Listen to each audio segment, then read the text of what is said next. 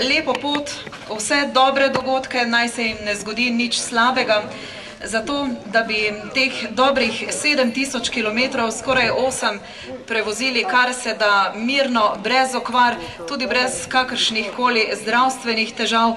Vsaj tisti, ki ste že kdaj bili na tej poti, gotovo veste, kako je to zna biti naporno, kakšne težave se vse znajo pojaviti. Pa verjetno o tem je najbolje, da se sploh doma ne razmišlja, kajti potem bi vsi doma obsedeli in nikamor šli.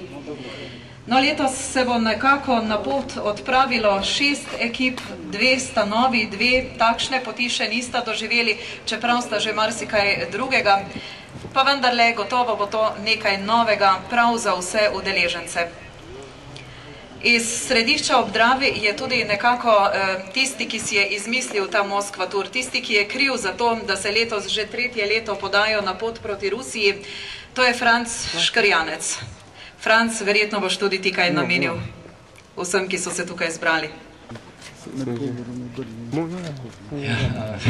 Lepo pozdravljene, hvala, bom rekel, za vašo podporo. Jaz bi najprva pozdravil našega župana, gospoda Jurija Borka, se mu zahvalil za podporo, ki smo imeli deležni na takem našem tem projektu.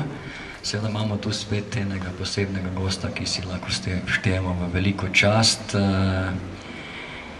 gospod Anton iz ruskega veleposlaništva. Natalija bo to bolj natančno povedala.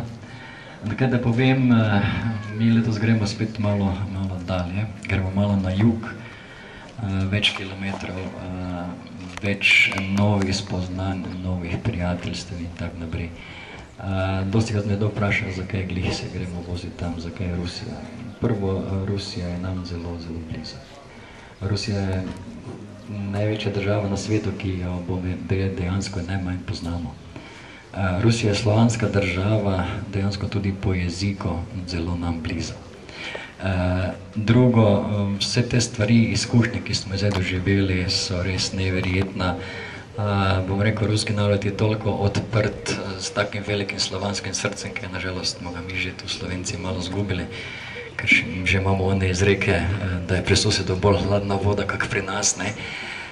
In bom rekel, pot, ki jo letos vozimo, je normalno gor nekako najbližja, pomeni Hrvaška, Mađarska, Slovaška, Poljska, Litva, Latvija in pol pridemo čez mejo, se zapeljamo v smeri Smolenska, nadaljujemo do Moskve, od Moskve do herojskega Volgograda in tam čez Donetsk na Donu, nazaj čez Ukrajino proti domu.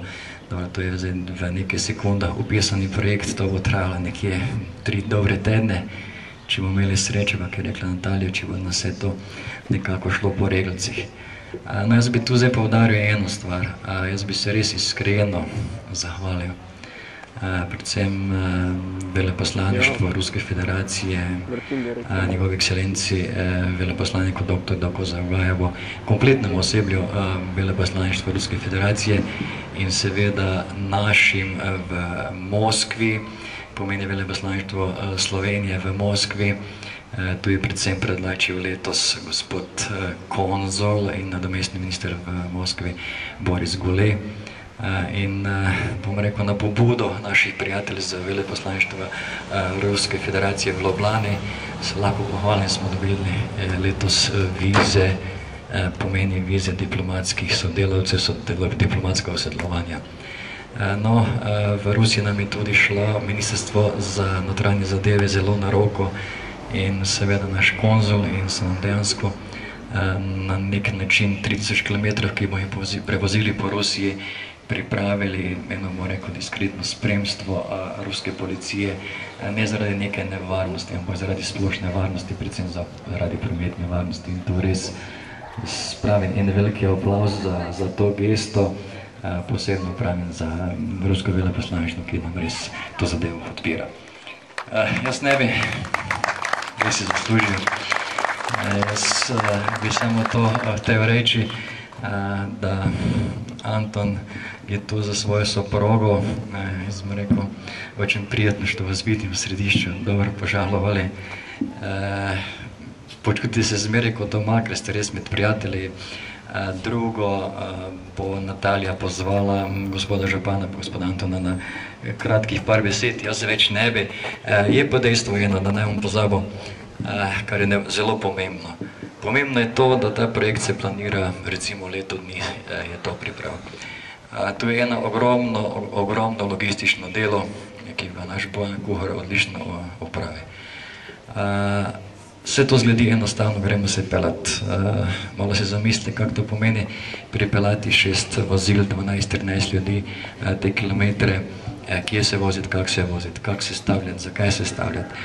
Različnost vozil, različnost ljudi tudi in vse ostalo. In da to skalkuliraš v eno celoto, lahko greš, je to res ogromno delo. Tako da tu moramo res vedeti, da je to ena stvar. In zato tudi ta projekt je, bom rekel, kar zelo poznani. Mogoče malo bolj cenjen, brez zamere, drugod kot pri nas Redišču, ampak to tako je normalno. In mi imamo tudi letos v Moskvi fotografiranje, pomeni fototermin na Rečnem trgu. Imamo tiskovno konferenco za moskovski časopis, 2-3 časopise so prisotna tam. Imamo sprejem na veleposlaništvu.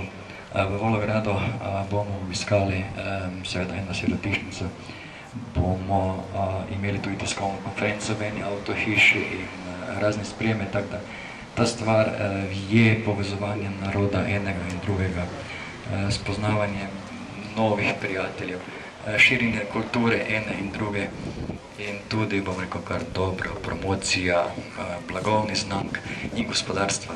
Tu še bomo pač morali malo podelati, ampak očitno gre že tu v pravi smeri, tako da bomo nekako oboje strano v dvostranno zadovoljstvo se skupaj to čez kakih nekaj let tudi začeli voziti skupaj.